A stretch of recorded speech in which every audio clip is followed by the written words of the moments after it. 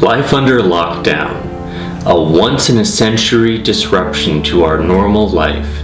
We're all dealing with the unprecedented crisis, which is the global coronavirus pandemic.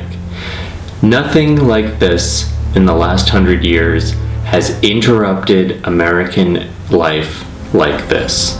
There's never been anything else that's literally kept us inside of our homes.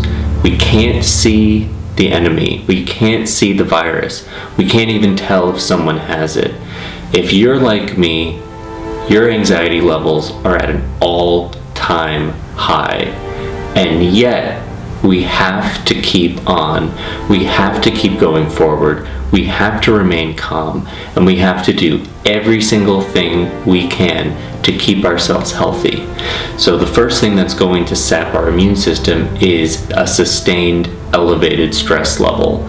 So by panicking, by having that intense, prolonged anxiety, we're weakening our body's ability to fight off any virus, bacteria, whatever illness. So it has to become our primary duty to remain calm and to keep those around us calm. It's really hard to remain calm when you're glued to the news, whether it's on the television, whether it's your social media feed, whether it's the internet.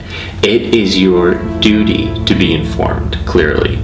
So it's recommended to spend no more than 30 minutes a day on the coronavirus news.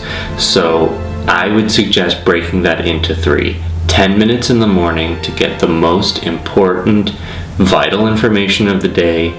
Midday, see what's transpired, and in the evening, keep abreast of what's happening.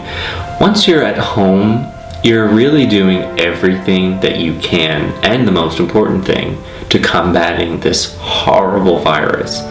So really, once you're at home, once you know where everyone is, and you finally stop panic shopping, hopefully, what are you going to do then? I mean, you're just never going to leave your house again? For the time being, that is the reality. And there are a lot of things you can do to make that better. If you picture yourself glued to the news, glued to the very, very scary, very real information 24/7, and you're not bathing, you're not changing out of your pajamas, and you're just mindlessly eating your panic buying stash, you're making this even worse than it has to be. So some of these things are really just about keeping some basic routines, keeping whatever sense of normalcy you can. So things like getting dressed, taking a shower, cleaning your house, having your meals at regular times, working as best as you can remotely, trying to do things that just take the stress level down. These are the things that you need to be focusing on, because unfortunately, we can't control other people. If you're like me, you're very distressed at the cavalier and nonchalant reactions people are having. Here in Palm Springs, the bars were full until the very last minute that the governor issued an order for the bars to close. So people weren't taking this seriously. In the weeks leading up to this, there's been non-stop dinner parties and cocktail parties and just life in La La Land as if nothing else is important in where we live.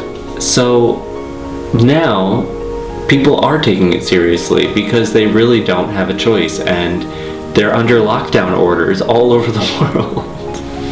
So my number one coping strategy for dealing with the anxiety is meditation. There is nothing else that's going to take you down from that elevated anxiety level and allow you to process all of those feelings without absorbing them through your body, because that's going to make you sick.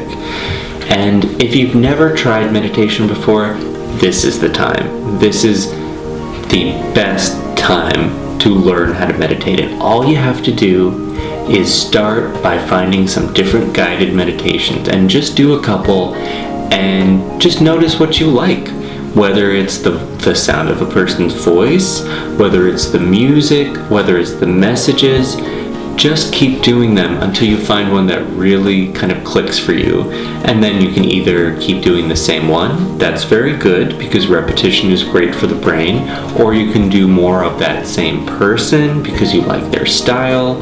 So my favorite creator of guided meditations is Marissa Peer, followed by Michael Seeley, and then Lisa A. Romano.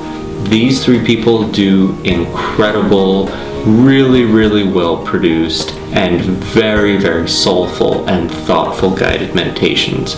I do one at least once a day, and now I'm starting to realize that that's actually not even enough.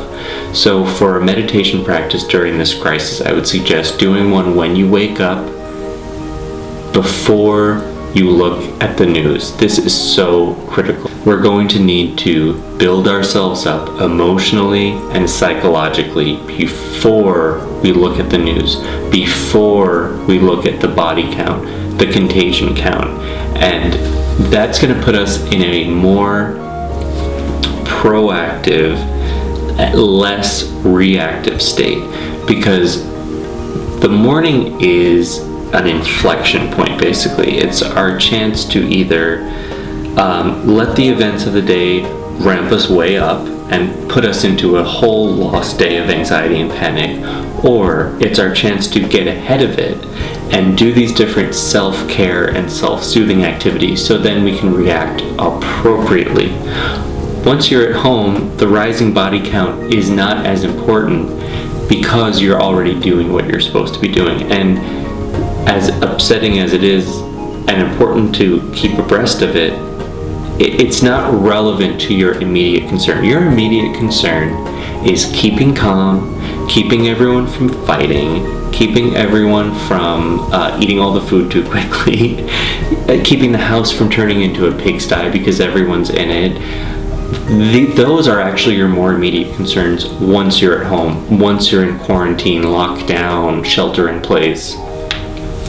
So some other coping strategies are aromatherapy. Aromatherapy really works. Look through your medicine cabinet. If you have some nice essential oil blends or some nice fragrance that you can put into a diffuser or somehow enjoy as aromatherapy, do it now. The essential oils go bad eventually. There's never been a time to use them more than now.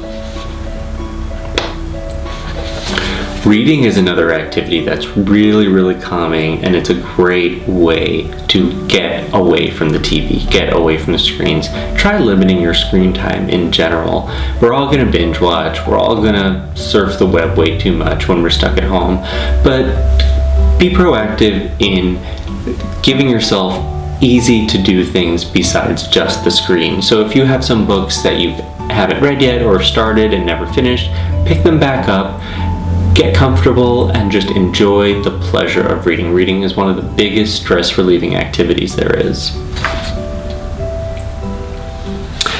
Learning is a huge stress reliever, and that is actually because when we're learning, we also can't be in a stressed mind state. We're in either a learning mind state or an anxious mind state, not both typically.